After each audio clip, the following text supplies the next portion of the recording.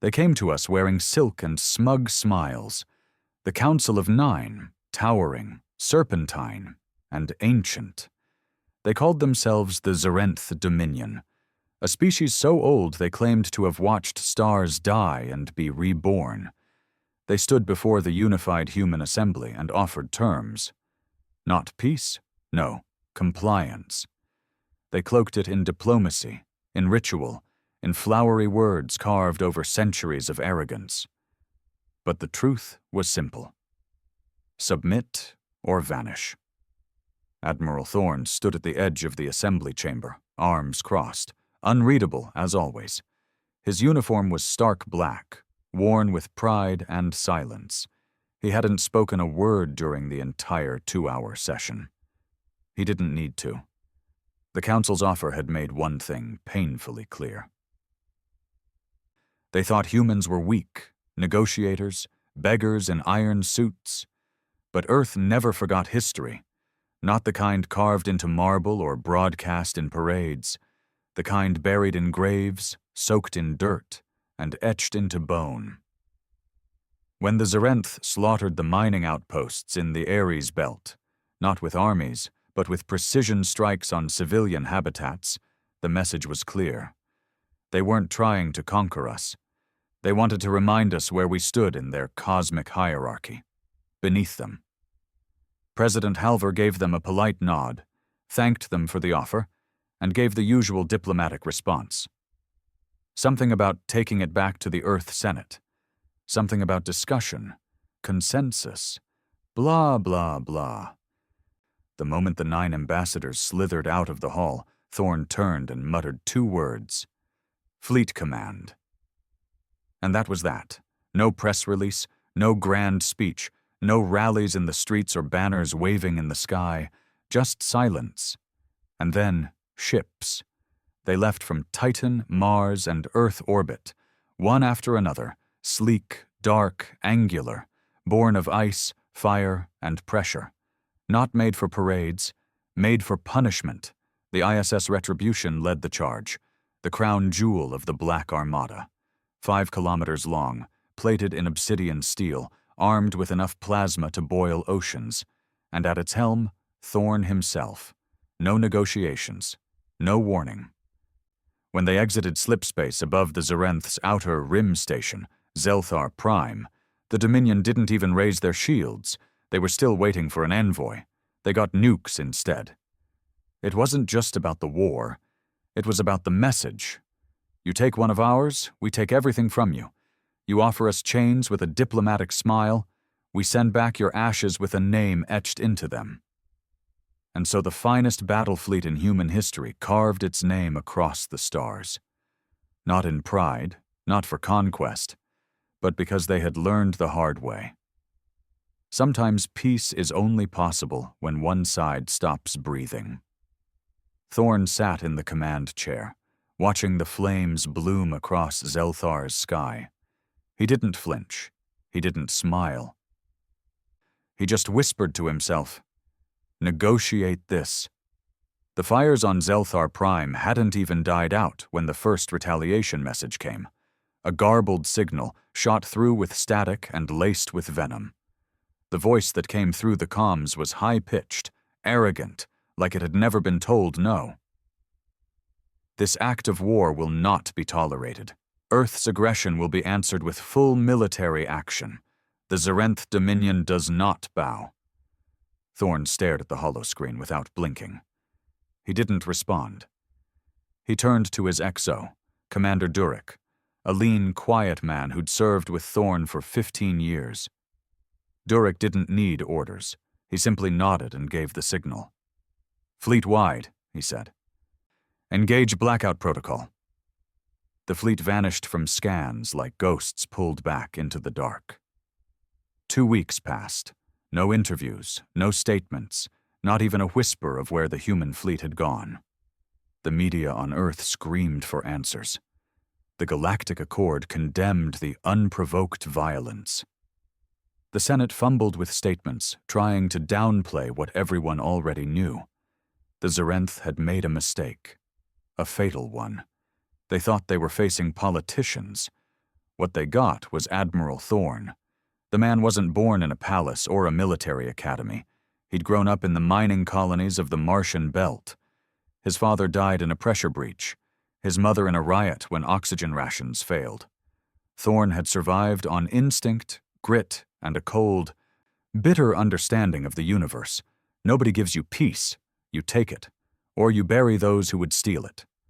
His first command was a freighter-turned-gunship during the War of the Seven Colonies. He earned his stars the hard way, ship by ship, scar by scar. And the men who followed him? They weren't diplomats. They were soldiers of circumstance, born in broken worlds, raised with one truth. Earth doesn't kneel. The fleet wasn't idle. It had split. 10 task forces, each with a specific target. Strategic strikes, not annihilation. They wanted the Dominion crippled, not wiped out. They wanted them to remember why humans should never be underestimated again. Task Force Aegis hit a supply route near the Velmari Gate. They didn't just destroy cargo ships, they seized them, turned Dominion tech into scrap, and used it to upgrade their own fighters, left the wreckage drifting near civilian sectors, a message to any allies the Zerenth might have had. Task Force Sabre took out a weapons depot on Iros 9. Surgical strike, no civilian casualties. The orbital cannon platform that once defended an entire quadrant? Gone in less than 3 minutes. But it was Task Force Revenant, under Thorn, that made the real impact. They went for Zerenth's history. Beneath the cloud rings of Valen's spine, one of the oldest Dominion relics stood, the Temple of the First Stars. A planet-sized station made entirely of crystalline metal, older than most civilizations. Sacred. Untouchable. Humans didn't touch it, they leveled it. Thorn watched as the beam from the Retribution's primary cannon tore through the station's core. The explosion lit up half the sector, fragments raining into the gravity well like glittering bones of a fallen god. Commander Durek didn't say a word, but his hands trembled at the console. "Sir," he finally said, voice low, "that was a cultural site." Thorn didn't turn. "So was New Damascus, before they wiped it off the map." Durek didn't argue. He knew what this was. Not war, not diplomacy. A reckoning. In the weeks that followed, Dominion morale plummeted. Outposts went silent. Communications jammed. Whole sectors went dark. Refugees from fringe colonies began to speak of shadows. Human ships appearing without warning, vanishing just as quickly.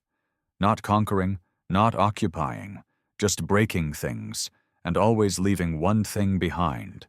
The same message, spray-painted in crude Terran script on wreckage, walls, and screens. "We do not negotiate with murderers." The Dominion tried to retaliate. They sent 5 war fleets, each larger than the human contingents they were chasing. But Thorn didn't fight them head-on. He made them chase ghosts. Every time they arrived, they found burned stations, emptied hangars, or traps that left them bleeding. Fleets fractured. Admirals blamed one another. Their unity shattered faster than their armor. But for all the strikes, all the fury, Thorn hadn't forgotten what started it. New Damascus, a mining colony with 10,000 civilians, no weapons, no shields, just drills and cargo. The Zerenth hit it with kinetic rods from orbit. No warning, no demands, just a test. A test to see if humans would take it. They didn't. They buried the dead in silence and whispered a promise into the soil. "We'll make them remember." One night, if you could call it that in deep space, Thorn sat alone in his quarters. Lights dimmed. A single photo in front of him, a girl no older than 12, laughing with her face covered in dirt and grease, sitting beside a collapsed drill unit. His daughter. He hadn't seen her since the war started. She'd been on New Damascus. Durek once asked him, gently, why he never talked about it. Thorn only said, Talking doesn't change what they did. And so he led the fleet, not as a hero, not as a patriot, but as a father without a grave to visit. As the campaign dragged into its third month, cracks formed in the Dominion. Lesser houses began to rebel. Old debts called in. Planets that had feared Zerenth rule for centuries suddenly stopped paying tribute. The smell of blood drew enemies. And Earth just watched. The Senate had officially condemned unauthorized military actions. Unofficially, they let Thorn run wild. Because even the most cowardly politician understood one truth. Humanity had been humiliated, and silence was no longer an option. Then came the day they didn't expect, a signal from the Dominion High Seat. Direct, unencrypted. The message was simple. We request terms. Commander Durek looked at Thorn, breath caught. They're surrendering? Thorn didn't respond right away. He stared at the message, the words that once would have felt like victory, but there was no pride in his eyes. No joy, only that quiet, familiar anger, the kind that doesn't burn but freezes. No, he said. They're stalling, buying time, waiting for their reinforcements from the Obsidian Reach. Durek blinked. We don't have proof of that. That's just... I know them, Thorn cut in. They've done this before, to others.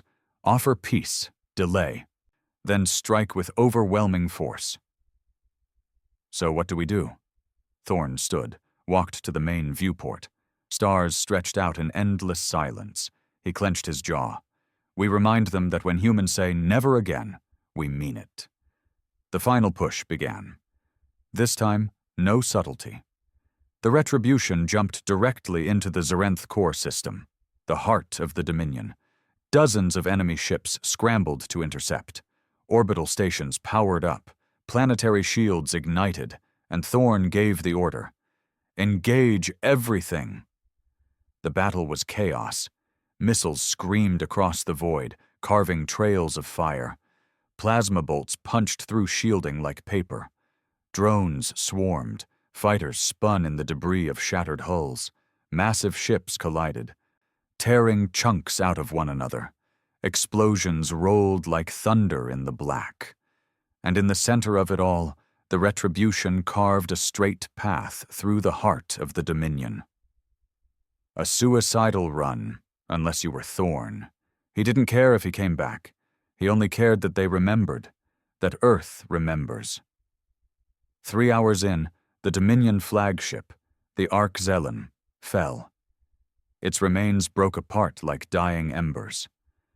On the bridge of the Retribution, smoke and fire danced in the air, systems failing, power flickering. Thorn stood amid the chaos, blood running down his temple, and spoke calmly into the fleet-wide comm. Target the Citadel. Durek grabbed his arm.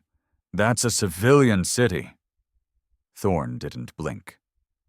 They called it a military hub when they leveled New Damascus. I'm just returning the favor. The Citadel burned.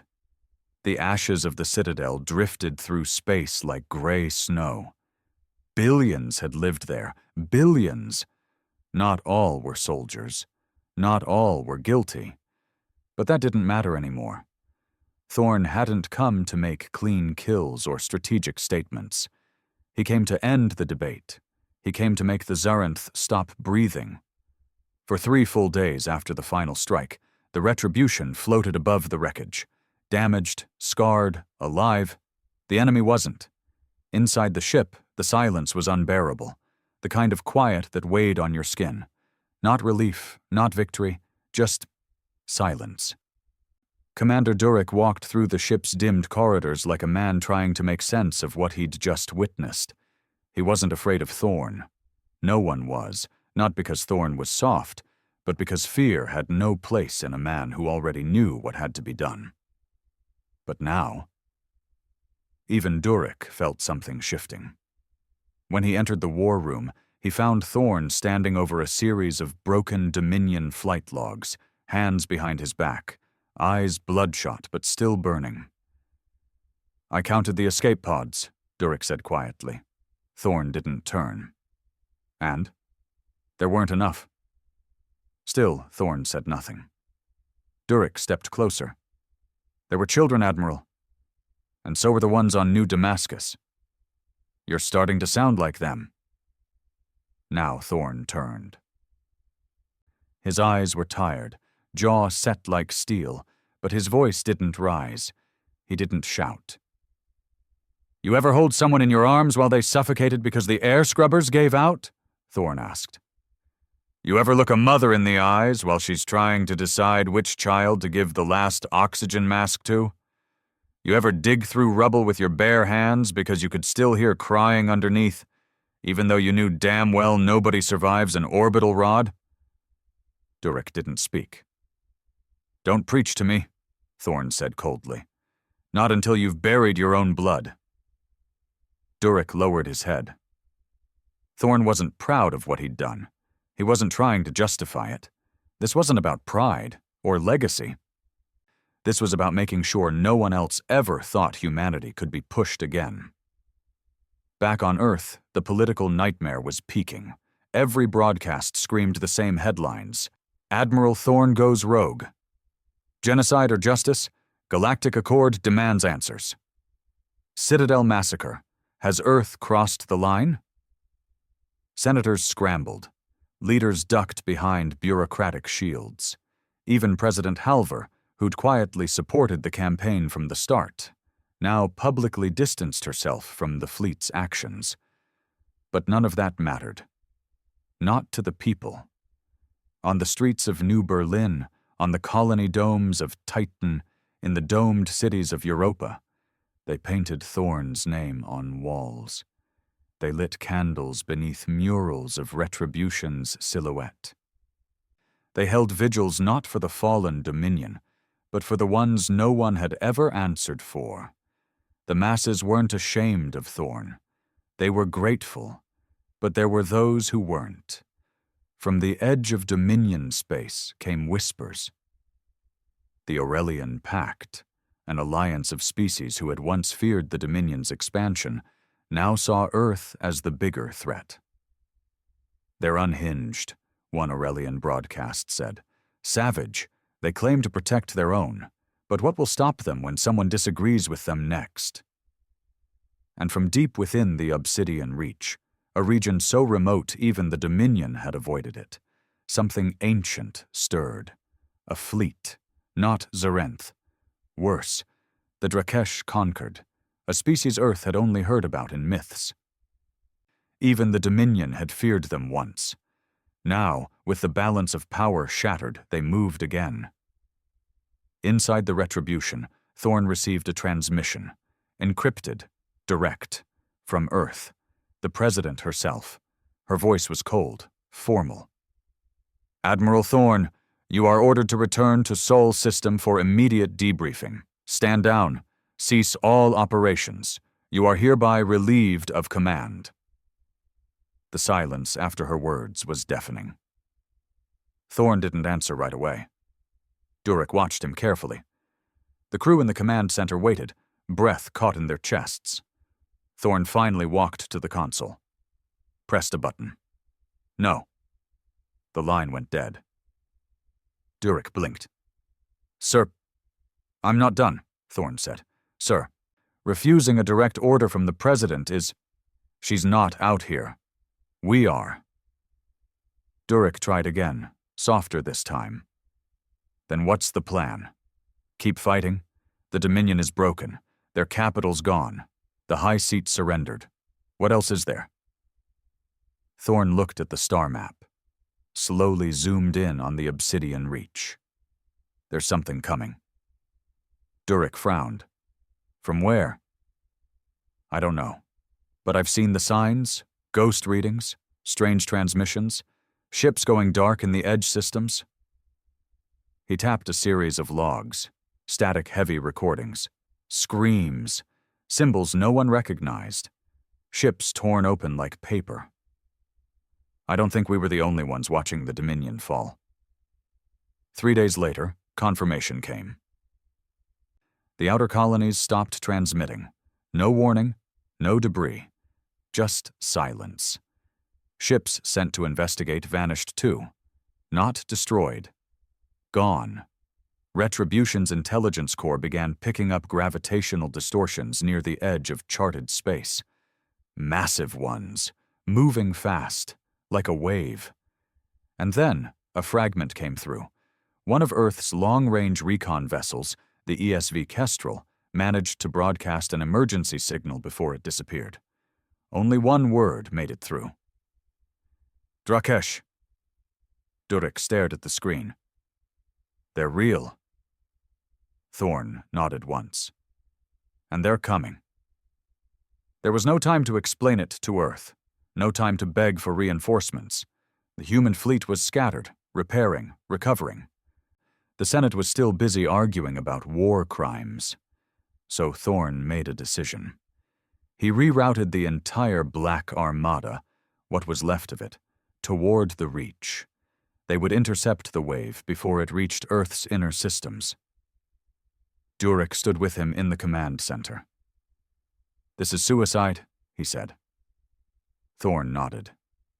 "Probably. There's less than 200 ships left in fighting condition." "Then we'll make them count." Durek hesitated. "Why not run?" Thorn finally looked at him, not with anger, not with coldness, but with something Durek hadn't seen in a long time. Conviction. "If we die out here, maybe Earth will wake up. Maybe they'll stop treating peace like a guarantee and remember it's something that's bought with blood." The fleet arrived at the edge of the Reach. The sky was wrong there. The stars flickered like they were afraid to shine. Space itself seemed thicker, heavier, like it had been broken and stitched back together wrong. And then the Drakesh arrived. No warning. No formation. They didn't even look like ships. More like massive, living monoliths, black and red, shifting like muscle and bone, pulsing with something organic, alive. And then they opened fire. The first volley ripped through 3 human cruisers like butter. One ship spun into a gravity rift and simply folded in on itself. Another was engulfed in what looked like liquid fire. No escape pods, no survivors. Durek screamed orders. Men and women ran to their stations. The Retribution's hull trembled under the pressure. But Thorn didn't retreat. He gave the one order everyone had been waiting for. "Full barrage, no mercy." And the Black Armada roared back. Railguns lit the void. Plasma beams carved into the darkness. Missile storms filled the gaps. Every ship, every cannon, every fighter moved like one body, not for glory, not for survival, for Earth, for New Damascus, for the ones already lost. Hours passed like seconds. Space burned. The Drakesh lost ships, not many, but enough. For the first time in thousands of years, they met something that fought back. And then the signal came. From deep within the Drakesh line, a voice, low, inhuman, echoing through every comms channel. "You should have stayed in your place," Thorn answered with one final command. "All ships, break formation, hit them from all sides, burn them down." The battle wasn't over, but the message was clear. Humans weren't diplomats anymore. They were fire. They were vengeance. They were the storm the galaxy thought would never come. The bridge of the Retribution was chaos wrapped in steel. Red lights pulsed from every wall. The klaxon wailed in a steady rhythm, not panicked, not frantic, just cold and repetitive, like a heartbeat warning of death. Crew shouted. Systems flickered. Fires burst from busted conduits and were sealed with brutal efficiency. Outside, in the endless black, the Drakesh pushed harder. Their ships didn't move like machines. They flowed, bending in impossible ways, their shapes changing mid-flight. Every time a human cruiser scored a hit, it looked like the enemy ship just bled, then healed, then kept coming. Durek wiped a streak of blood off his brow and leaned over the console. 4 more down, 7 crippled. No word from Task Group Theta. I think they're gone. Thorn didn't flinch. His voice was low, quiet. What's left? 87 ships still fighting. 32 at half power. That's less than half the fleet, sir. Thorn looked out at the battle through the viewport. Not fear. Not hesitation. Just calculation. We hold. Durek clenched his jaw. You keep saying that. For how long? As long as it takes. The Drakesh mothership, if you could call it that, had appeared in the center of their lines 3 hours earlier. A mile-long creature of writhing metal and living tendrils, its core pulsing like a heartbeat. Whenever it surged, another wave of distortion would erupt across human systems. Thorn had seen a lot in his career. Orbital bombardments, mutiny, collapse. But this was different. The Dominion was arrogant, yes. Cruel, definitely. But they were still bound by logic, strategy, politics. The Drakesh didn't care about strategy. They came to devour. Inside the medbay, bodies were piling up. Not all dead, not yet, but close. Engineers with burns across half their bodies, Marines coughing up black fluid from biological attacks, pilots whose minds were shaken loose from something they saw in the Reach, something they couldn't explain. One of them, a kid barely out of training named Webb, had to be restrained. He kept repeating the same phrase over and over. It's inside the light. It's inside the light. Thorn passed him on his way through the lower deck. He paused, just for a second, looking at the trembling boy strapped to the bed. He saw it, one of the medics whispered. He flew too close to one of the organic pods. They do something. To your mind. Thorn nodded once, noted it, and moved on. He couldn't afford to break now. On the outer edge of the battle, a small detachment of stealth corvettes, remnants of Task Group Wraith, managed to slip past the Drakesh flank. Captain Arlen, one of Thorn's few remaining original officers, opened a direct channel. We've got a read on their central ship, sir. There's something glowing inside, like a power source, something ancient. Thorn stepped toward the comms. Can you hit it? We can try, but we'll only get one shot. After that, we're exposed. There was a long silence. Thorn finally answered, voice flat.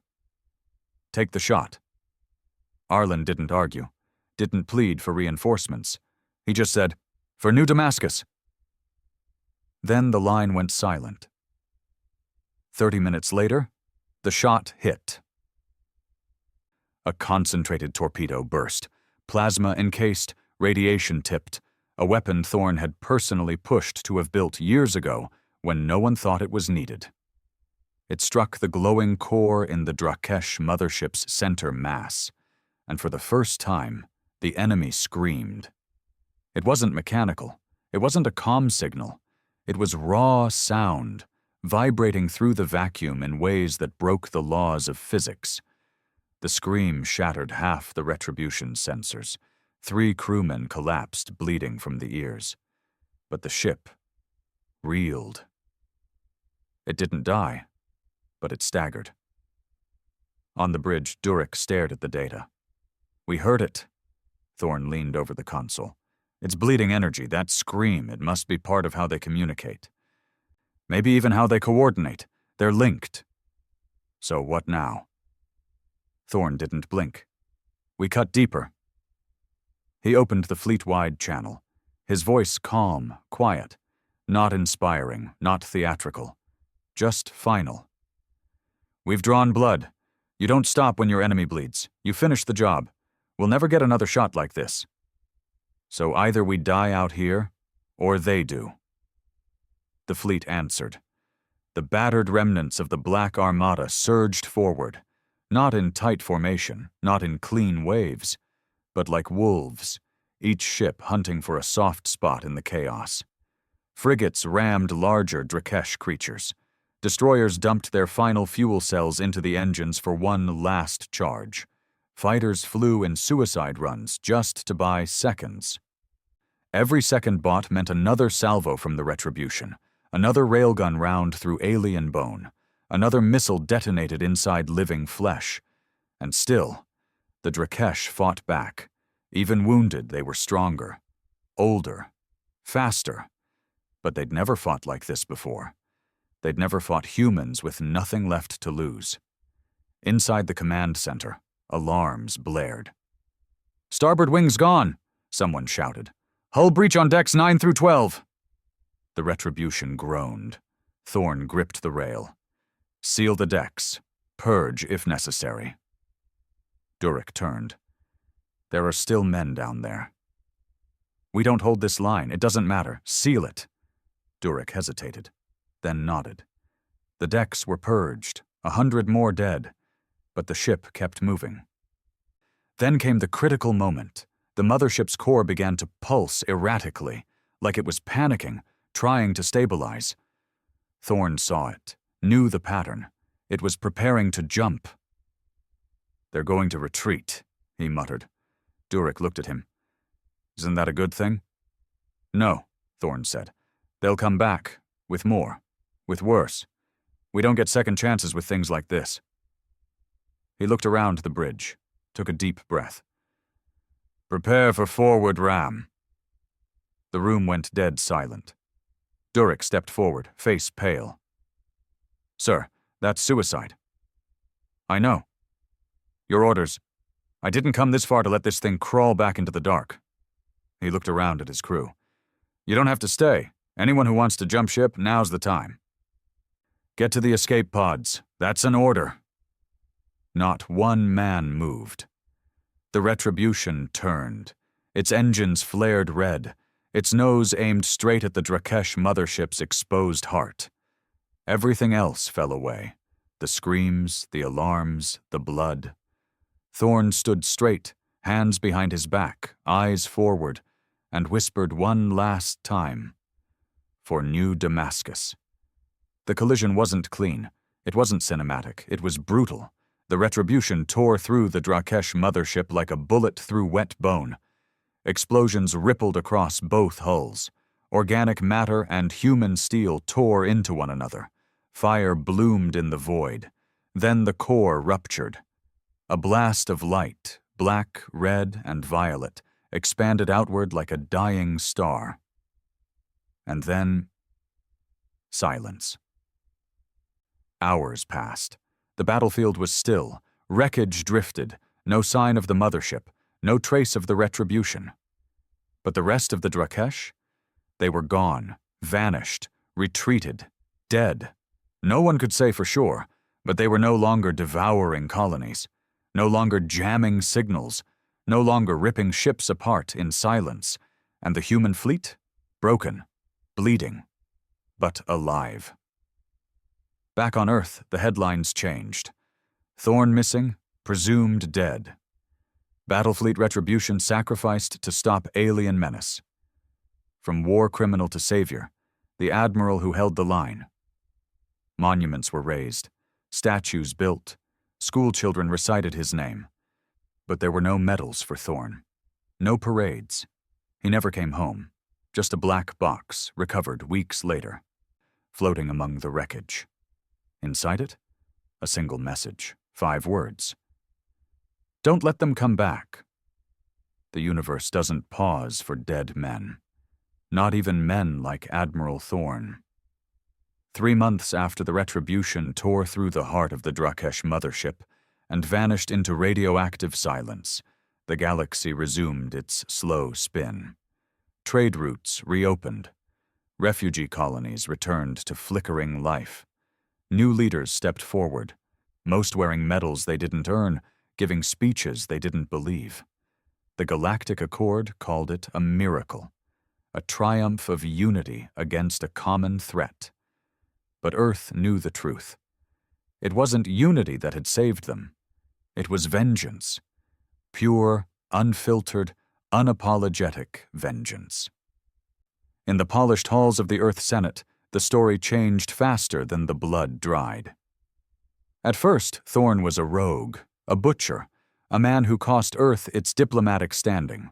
But once the Drakesh pulled back, once the remains of the Black Armada returned with evidence of victory, the narrative flipped. Now Thorn was a hero, a necessary evil. The man who held the line. Senator Wexlin, one of Thorn's loudest critics during the early campaigns, stood at a podium in front of a crowd of 10,000 and spoke with polished sincerity. Let history remember Admiral Thorn as the sword that defended our people. Brutal, yes, but sometimes the galaxy demands brutality to ensure peace. Durek watched from the edge of the crowd, arms folded. He was clean-shaven now, uniform pressed, wearing a medal that weighed like guilt on his chest. He hadn't taken the promotion. They offered him Fleet Admiral. He refused. He didn't want Thorn's chair. He wanted answers. Back on the frigate Remembrance, one of the surviving ships from the final battle, Durek spent his days combing through wreckage logs. Whatever the retribution hadn't taken with it into the fire, he cataloged. Hull fragments, personal logs, data drives. That's when he found it. A signal. Weak. Distorted. Embedded in the black box Thorn left behind. 5 words had been decrypted immediately. Don't let them come back. But there was more. Durek took it to his private quarters. Ran the signal through 5 layers of decryptions, then enhanced the waveform by passing it through the ship's old Dominion-hacked AI core, a trick Thorn would have shut down on the spot. But Thorn wasn't here anymore.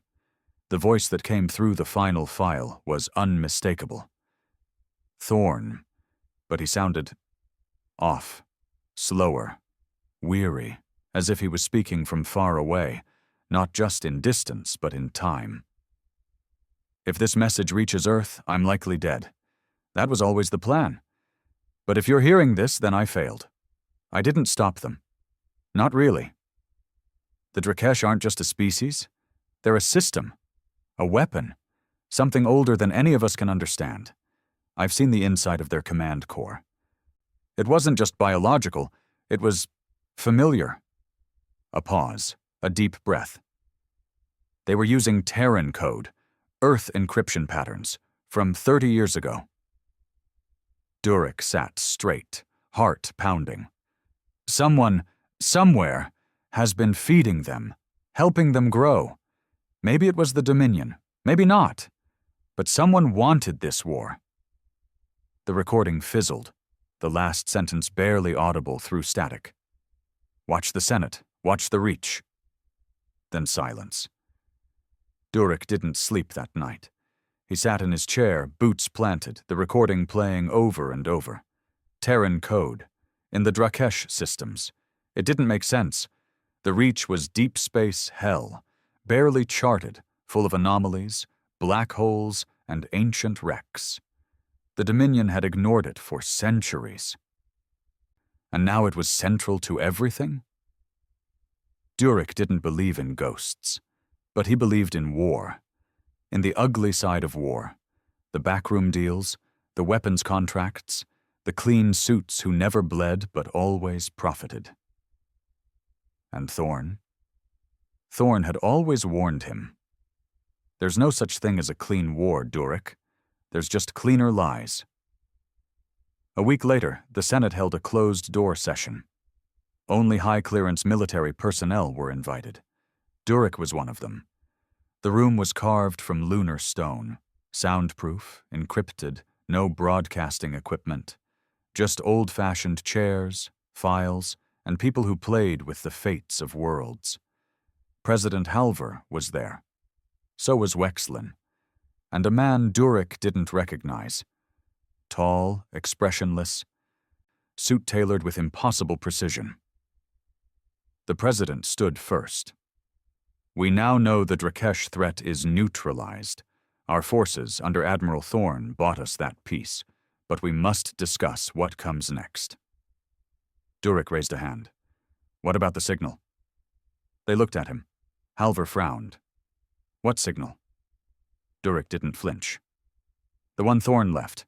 The one that said someone was feeding them our code. Wexlin chuckled, cold and short.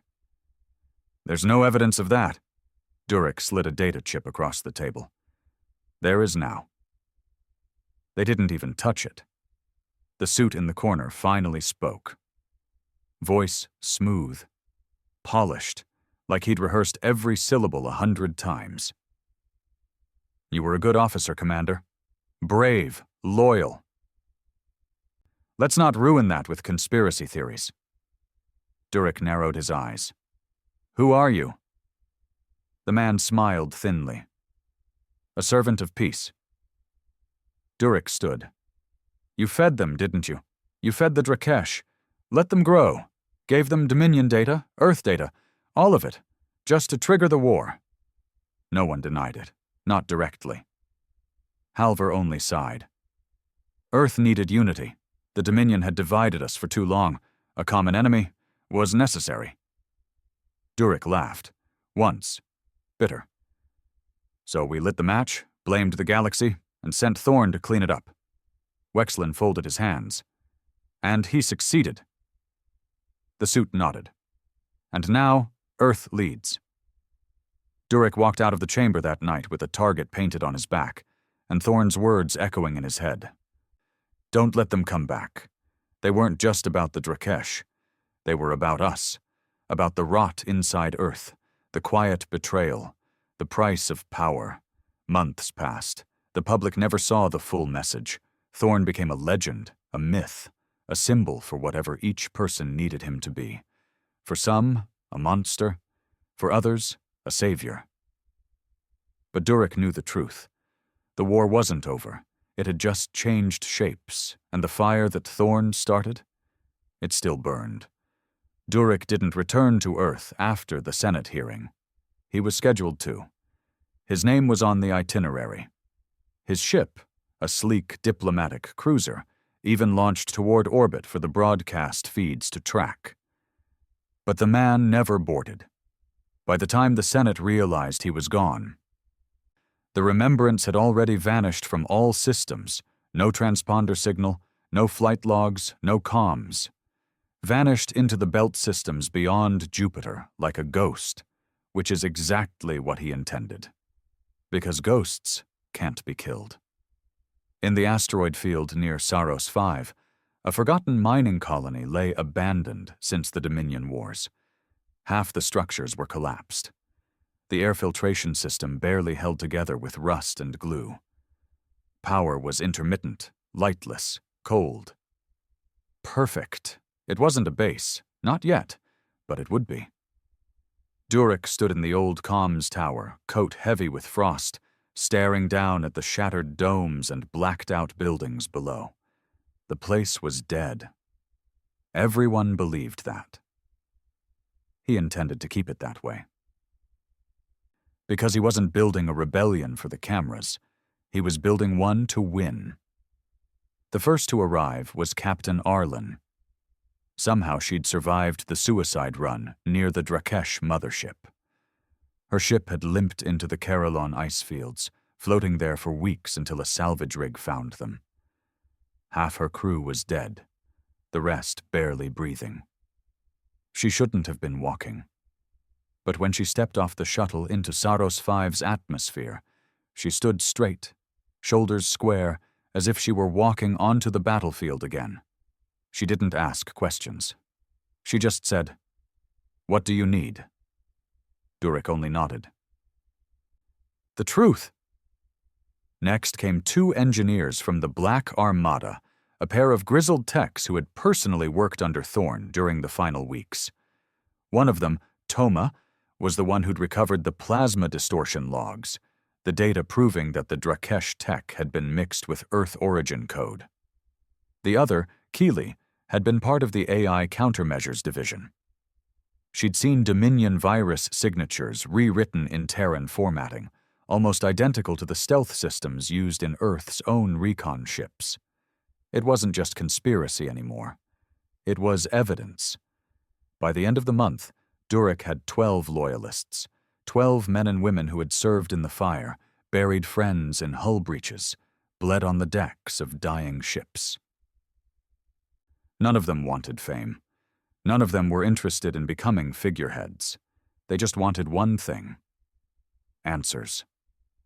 Durek held his first briefing in the crumbling war room of Saros V's command tower. A flickering projector displayed what little they had: Thorn's final message, the code anomalies, fragments of destroyed Drakesh tech, and a pattern hidden in the Senate's post-war decisions. The dots were connecting, and what they revealed was something worse than treason. "I don't think the war was about stopping the Dominion," Durek said, voice steady as the others gathered around. "I don't even think it was about defeating the Drakesh." Toma scratched his beard. "Then what the hell was it for?" Durek pointed at the projection, a list of military contracts signed in the weeks before the Drakesh invasion even began. Everything from deep space dreadnought expansions to AI research grants, all approved before the first Drakesh ship was even sighted. They were preparing for a war they hadn't announced, a war they weren't planning to stop. Keeley stepped forward. "You're saying they knew?" Durek nodded. "They built it." Theories became facts. The further they dug, the more rot they uncovered. Old connections between Dominion defectors and Earth's upper brass. Secret facilities in the Obsidian Reach, long thought abandoned, now humming with activity. Unregistered research programs tracing back to corporations with no public fronts, only acronyms and black walls. One name kept appearing in the shadows: Virex Holdings. No public face, no CEO, just files signed by authorized director and buried behind a wall of military-grade encryption. Durek had never heard of them, but Thorn had. He found it buried in the data core of Thorn's last ship log, a final note, encrypted, almost missed. One word: Virex. They weren't just rebuilding Drakesh tech, they were adapting it. Durek's team retrieved fragments from the wreckage at Point 17, one of the last battles. Inside a collapsed warpod, they found what looked like organic processors, fused directly with Dominion-era navigational cores. Biological interfaces that responded to human neural patterns, experiments. Keeley ran a simulation. When connected to their systems, the hybrid core immediately tried to overwrite the ship's AI. Not to destroy, but to merge. A living, thinking, fighting system. It wasn't just invasion, it was evolution. Durek stared at the pulsing core under containment and said nothing for a long time. Then he turned to the others. "If this reaches Earth's black labs, we'll lose more than ships." Captain Arlen frowned. "How do we stop them?" "We expose it, all of it." "You think the people care?" "They'll believe what the Senate feeds them." Durek nodded slowly. "Then we give them something the Senate can't bury." And so began Operation Emberfall. A multi-stage plan to breach Virex Holdings' hidden facility near the Lauren Delta Nebula, where insider data hinted they were growing hybrid ships, fusing Drakesh tissue with Terran steel. They couldn't take the facility in a fight, but they didn't need to. They just needed the proof. Keeley built the infiltration algorithms. Toma rigged their transport with old Dominion cloak tech. Arlen reassembled a skeleton crew of Marines who'd served under Thorn. The last 12, every one of them presumed dead or missing. By the time the Remembrance jumped into Lauren Delta space, the fire was already burning. Inside the station, they saw things none of them would forget. Ships in the shape of insects, fed by mechanical tendrils. Men hooked to neural rigs, their skin burned, eyes dilated, muttering phrases in Drakesh tongue. And worst of all, children, cloned, grown in tanks, wired to hybrid control systems, the future, a biosynthetic navy, no crews, no loyalty, just obedience. It wasn't defense, it was domination, and Earth was building it. They uploaded everything, Visuals, audio, DNA samples, footage of experiments, communications between Senate offices and Virex personnel. Then they ran. Back through slip space, through Dominion ruins, through storms that nearly tore the remembrance apart. By the time they emerged near Titan Relay, they had less than 10% hull integrity. But the data was intact. And Durek made the call.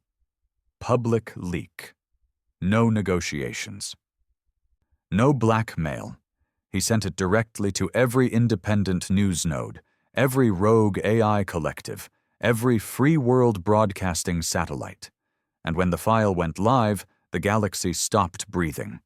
The footage spread faster than war.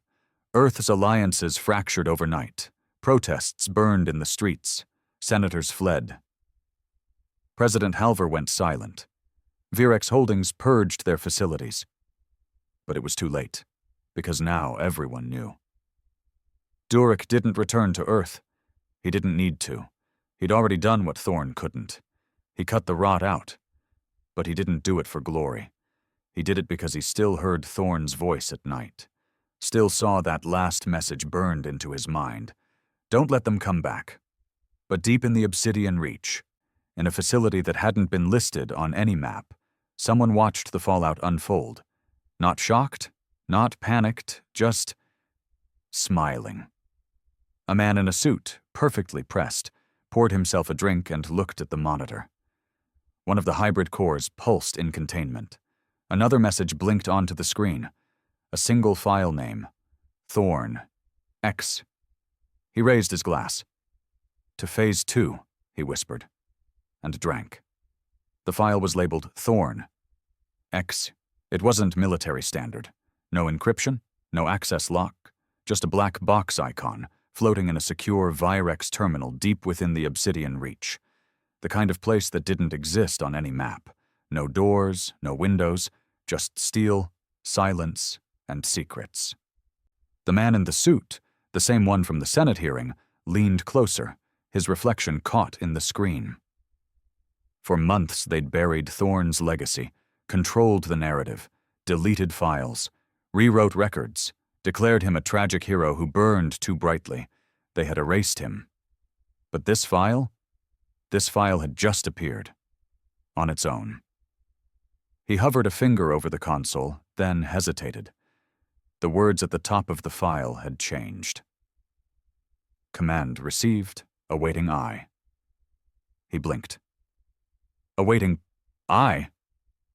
He turned his head, and the retinal scanner next to the console flickered on. A thin red beam stretched out and locked onto his iris. ID confirmed. Director 04. Initializing protocol Prometheus. The screen dimmed, and then Thorn appeared. Not a picture. A fully interactive simulation. Flesh, voice, memory, tone. But it wasn't a man on a screen. It wasn't a recording.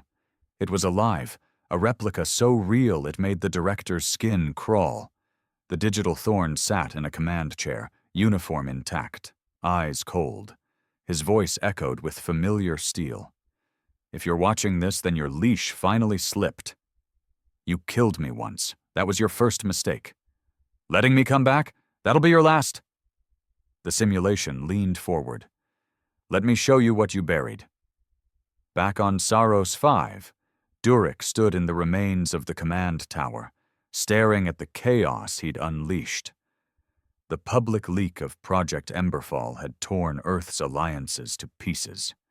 Riots erupted across the colonies. The Senate was in lockdown, and dozens of quiet disappearances hinted that whoever survived in Virex was tying off the last loose ends. But it wasn't the protests that disturbed him. It was the lack of answers. No official response, no public denial, just silence, like someone was waiting. Captain Arlen walked in, bruised and covered in grease from fixing their comm systems.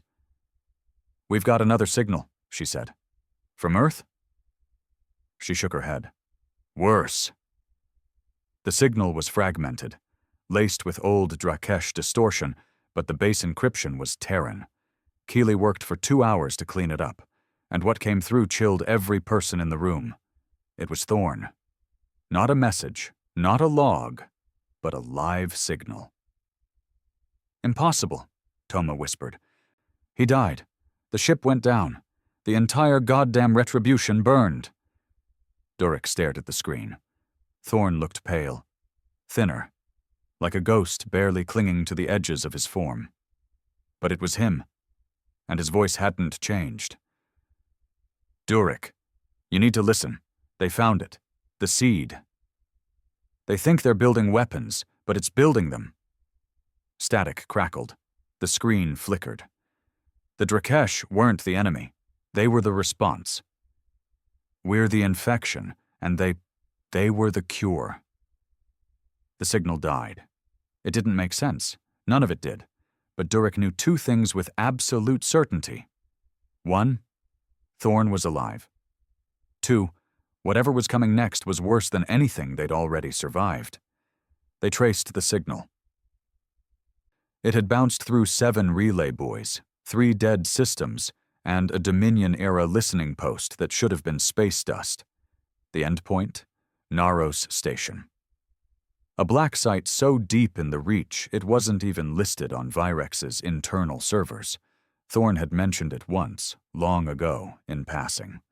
A place Earth used to send failed AI experiments, corrupted soldiers, genetic disasters, a dumping ground for sins. Durek made the call. They were going. The journey to Naros was hell. Halfway through the reach, the nav systems began failing. Keeley swore it wasn't a glitch. It was like the system itself was rewriting their coordinates. The stars shifted, the engines groaned, and the Remembrance began hearing things, whispers through the hull.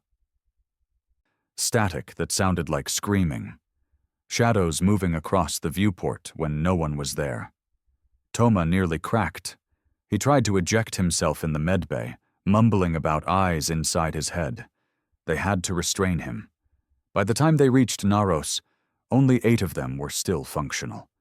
The station floated like a tomb, a jagged spear of black steel against the void, surrounded by dead satellites and flickering grav beacons.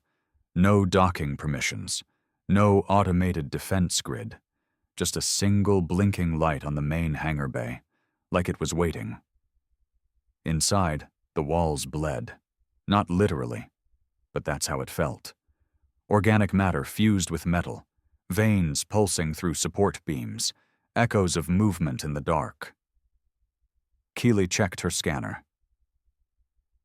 "There's a signal, deep in the core, something massive." Arlen raised her rifle. "We moving?" Durek nodded. "Stay close. No heroics." They advanced through corridors lined with machinery that breathed.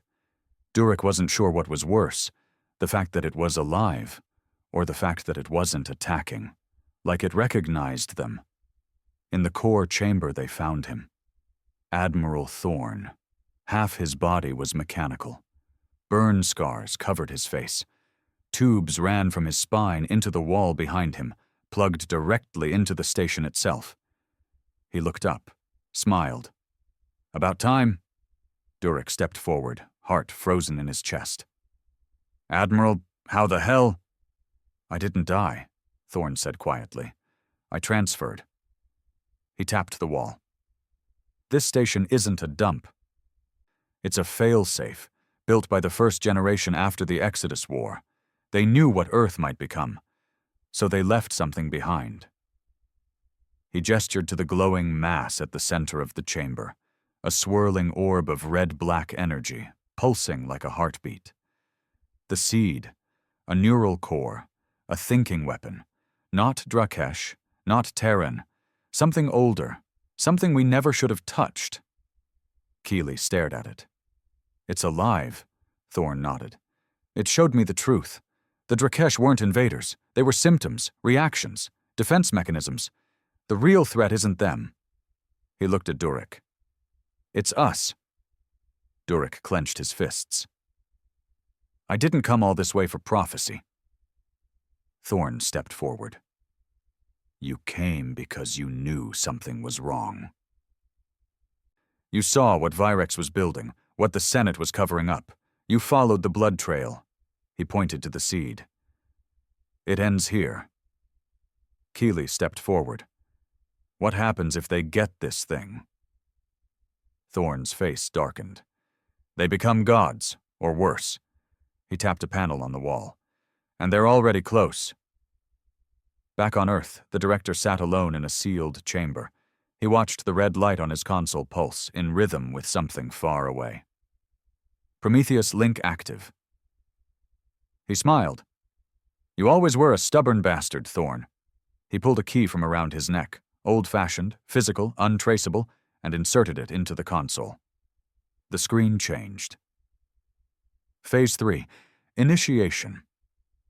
Far in the stars, deep in the dark, a fleet began to move. Not Terran, not Drakesh. Something in between, born of betrayal, fueled by vengeance, commanded by silence, and in the heart of Naros Station, Thorne looked at Durek one last time. I need you to make a choice. Durek's voice was low. What choice?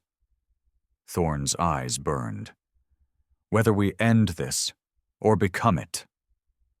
The chamber pulsed like a living thing. Every breath from the seed core sent a shiver through the walls. Red-black light swirled behind its translucent shell, veins of unknown energy stretching like nerves through the station's superstructure. It wasn't just connected to Naros. It was Naros. Durek stood in the center of it all, sweat dripping down his back, fists clenched as Thorne, half man, half machine, waited for his answer. All this time, Durek said slowly, we thought the Drakesh were monsters. Thorne nodded. Because it was easier. Easier than admitting Earth had become the disease. Behind them, Captain Arlen, Keeley, and the rest of the surviving crew stood in uneasy silence. They weren't sure who Thorne was anymore, if he was still human, or something else entirely. Thorne noticed the hesitation in their eyes. The doubt. He didn't blame them. I died in that collision, he said quietly. But the seed wouldn't let me go. It had seen enough war, enough extinction. It pulled what was left of me into its neural web. Memory, identity. It made me into a voice. Not for vengeance, but warning. Durek stepped forward. So why bring us here? Why not destroy this yourself? Thorne's face was hard. Because I'm compromised. I'm part of it now. My will isn't clean, but yours still is. The walls vibrated again. Keeley turned to her console. Something's happening. External pressure rising. There's movement. Ships, Arlen said. I see them. The monitors flared. A fleet. Dozens of them. Black hulls. No insignia. Engine trails like living smoke. Not Terran, not Drakesh. Hybrid. Durek's stomach twisted. The director. Thorne nodded. Phase 3. The console lit up. Prometheus link established. Neural core activation, 81%. Receiving commands. They're trying to take control, Keeley said. The seed. They're syncing with it. Toma looked horrified. What happens if they succeed? Thorne didn't hesitate. They become gods. The fleet outside was forming a blockade. No weapons fired yet, but it was only a matter of time. Durek turned to the others. If they link fully to the seed, they won't need weapons. They'll be able to rewrite biological and digital systems. Every ship, every colony, every mind that's even partially augmented. Keeley swallowed hard. That's half the galaxy, Arlen added. The other half won't survive the cleansing. Thorne walked to the center console, veins of red light crawling beneath his skin. I've isolated a kill switch, he said. One command, one final override. It burns the seed, and everything connected to it, me included. Durek narrowed his eyes. So do it. Thorne shook his head. I told you, I'm compromised. If I try, it'll fight me. You have to trigger it. It has to be human hands, untouched. Durek stared at the panel. a single button, glowing white in a sea of red. It looked so harmless, but pressing it would destroy everything Thorn had become, everything the seed had stored. "No backups," Thorn said. "No second chances." Keeley leaned in. "What happens to the hybrid fleet?" "They die with it." Durek stepped forward. "And the knowledge? Gone." Arlen frowned. "That's a lot of sacrifice, all that advancement." "Isn't worth the cost," Thorn said. "You saw what Virex built, what the Senate allowed. You give humanity this power, they won't use it for peace. They'll build their own Drakesh." He looked straight at Durek. "Like I said, you have to choose." Outside, the first shots fired. A hybrid destroyer unleashed a blast of black plasma, slicing through one of Naro's outer pylons. The station shook. Sparks fell from the ceiling. "Shields down to 42%, Keeley reported. "We won't last long." Durek stared at the button. It felt like standing at the edge of the galaxy, staring into the throat of a god. He could walk away. Let the future play out. Let Earth evolve into something stronger, colder, unified through control. Or he could burn it all. Arlen stepped beside him. "You don't have to do this," she said. Durek didn't answer. He was thinking of New Damascus. Of Thorn's daughter. Of the blackened cities. Of the corpses floating in zero-G. Of the Senate pretending it never happened. He was thinking of how peace had been bought, not earned, with lies and blood and shadows, and how it would be bought again unless someone said, "Enough." He raised his hand, paused. "Thorn." The man looked up. "If I do this, what's left?"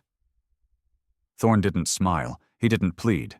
He just said, "Hope." Durek pressed the button. The seed let out a scream.